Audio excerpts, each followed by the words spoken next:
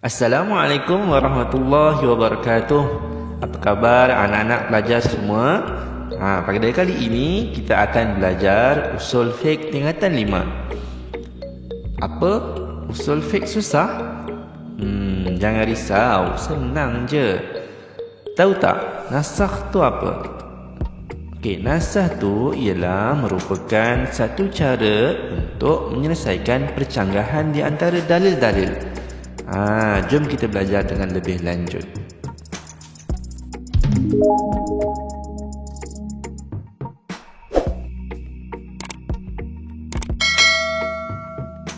Baiklah anak-anak, pada kali ini kita akan belajar tajuk nasakh bab yang ketiga dalam bahagian usul fiqh tingkatan 5. Apakah pengertian nasakh?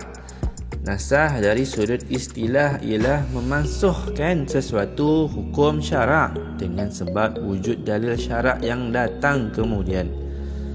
Baiklah, berdasarkan pengertian ini, maka dapat dirumuskan bahawa yang pertama, nasakh hendaklah berlaku dengan khitabus syarak. Apakah khitabus syarak? Iaitu perintah yang telah ditetapkan oleh Allah Subhanahu Wa Taala. Yang kedua, perkara yang dimansuhkan, iaitu mansuh ialah khitabus syarak terdahulu yang mengandungi hukum syarak, iaitu mencakupi perintah, larangan atau penceritaan yang mempunyai hukum. Hal ini bermakna pembatalan hukum yang sabit secara akli, uruf, iaitu kebiasaan, ataupun hukum ciptaan bukan dinamakan nasakh. Dan yang ketiga, disyaratkan berlalu satu tempoh antara nasakh, iaitu dalil yang menasahkan dengan mansuh dalil yang dimansuhkan. Apa contohnya? Contohnya pada zaman awal Islam, diwajibkan seorang tentera Islam menghadapi 10 orang tentera kafir dalam peperangan. Kemudian hukum ini dinasahkan dengan kewajipan seorang tentera Islam hanya menghadapi 2 orang tentera kafir sahaja. Baiklah, contohnya hukum mansuh tersebut ialah merupakan kewajipan menghadapi 10 orang musuh sabit dengan dalil yang terdahulu berdasarkan firman Allah Subhanahu Wa Taala, A'udzubillahi minasyaitonirrajim. إن يكن منكم 20 صابرون يغلبوا 200. Artinya, jika ada di antara kamu 20 orang yang sabar, pasti mereka dapat menewaskan 200 orang, iaitu daripada pihak musuh yang kafir itu. Hukum nasikh, iaitu kewajipan menghadapi 2 orang musuh sabit dengan dalil berterkemudian, iaitu firman Allah Subhanahu Wa Taala, A'udzu billahi minasyaitonir rajim.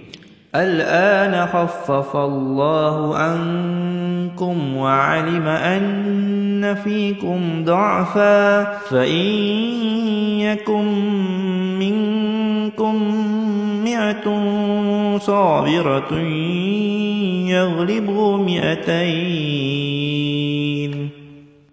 Maksudnya, sekarang Allah telah meringankan kepadamu kerana Dia mengetahui bahawa padamu ada kelemahan. Oleh itu, jika ada di antara kamu 100 orang yang sabar, nescaya mereka akan dapat menewaskan 200 orang. Surah Al-Anfal ayat yang ke-66.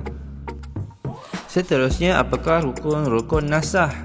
Rukun nasakh yang pertama ialah an-nasikh, iaitu Allah Subhanahu Wa Taala, kerana Allah Subhanahu Wa Taala yang berhak membatalkan hukum.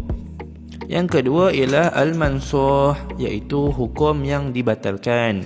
Yang ketiga, al-mansuh anhu, iaitu yang dimansuhkan daripadanya. Apa dia? Iaitu mukallaf yang diperintahkan dengan hukum syarak. Yang keempat ialah adatun nasakh, iaitu medium nasakh. Apa dia? Iaitu kata-kata yang menunjukkan hukum yang sabit telah diangkat atau dibatalkan. Seterusnya, kita pergi kepada bagaimana pensyariatan nasakh. Para ulama bersepakat mengatakan nasakh harus berlaku dari sudut akal dan hukum syarak. Dalil-dalilnya seperti berikut.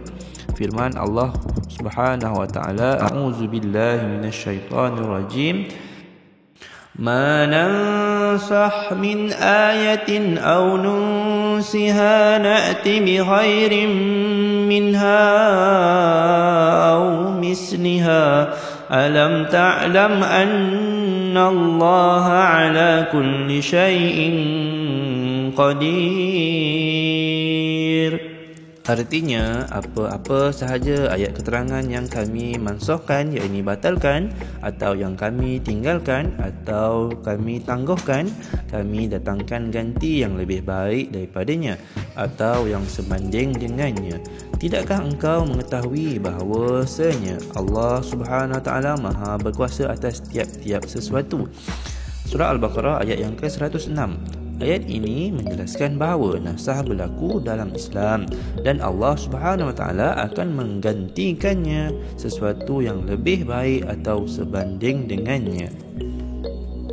Okey, seterusnya kita belajar perkara yang tidak boleh dinasahkan. Hukum syarak yang hendak dinasahkan, iaitu dimansuhkan, hendaklah boleh menerima nasah. Sekiranya hukum tersebut tidak boleh menerima nasah, maka tidak boleh dinasahkan. Seperti hukum-hukum berkaitan dengan akidah, iaitu beriman kepada Allah, malaikat, kitab, para rasul dan hari akhirat, dan juga larangan kufur dan syirik. Yang kedua ialah hukum berkaitan dengan asas ibadat. Contohnya kewajipan solat, zakat, puasa dan haji. Ia tidak boleh dinasahkan. Seterusnya hukum-hukum berkaitan dengan akhlak mulia. Contohnya kewajipan bersifat benar, amanah, adil dan menjaga maruah. Larangan sifat berbohong, khianat, zalim dan perbuatan keji. Okey, berikut adalah merupakan perkara yang tidak boleh dinasahkan. Baiklah, seterusnya kita pergi ke bahagian nasah. Bahagian nasah terbagi kepada dua. Bahagian pertama ialah dari aspek hukum ganti dan yang kedua ialah dari aspek hukum syarak. Kita lihat bahagian yang pertama, iaitu dari aspek hukum ganti. Nasah hukum iddah wanita kematian suami daripada setahun kepada 4 bulan 10 hari.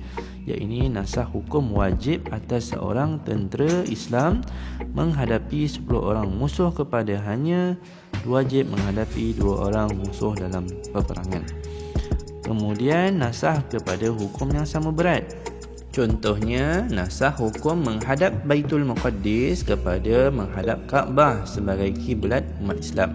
Yang seterusnya ialah nasah kepada hukum yang lebih berat, iaitu contohnya pada zaman awal Islam diberi pilihan sama ada untuk berpuasa atau fidyah, lalu dinasahkan kepada hukum wajib berpuasa. Dan seterusnya contoh hukum arak asal dihalalkan kemudian dinasahkan menjadi haram. Dan bahagian yang kedua dari aspek hukum syarak, iaitu yang pertama contohnya nasah hukum tanpa ganti, iaitu tanpa hukum gantian.